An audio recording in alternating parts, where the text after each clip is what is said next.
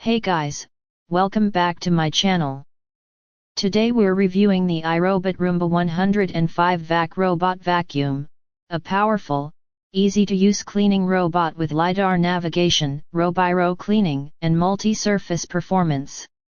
Taking a short pause, let us begin. First up, the Roomba 105 features power lifting suction, significantly stronger than standard entry-level robot vacuums. This helps pick up fine dust, crumbs, pet hair, and dirt from both carpets and hard floors. The star of the show is its LiDAR navigation system.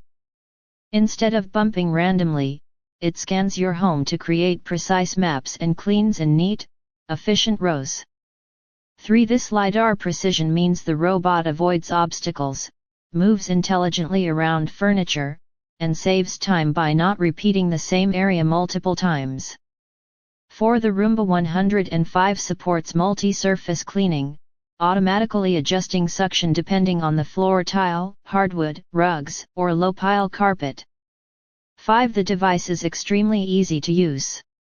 You simply set it up, connect to the app, and start cleaning with one tap. Voice commands via Alexa Google Assistant also work flawlessly.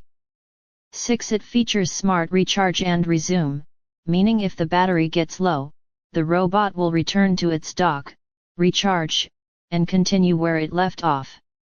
Short pause for realism, imagine this cleaning your room automatically. Its edge sweeping brush helps capture debris along walls and corners, an area where many robots fail. The dustbin is simple to remove and clean, making maintenance quick and low effort. The Roomba 105's strong motor and LiDAR mapping make it ideal for small apartments, bedrooms, living rooms, and office spaces.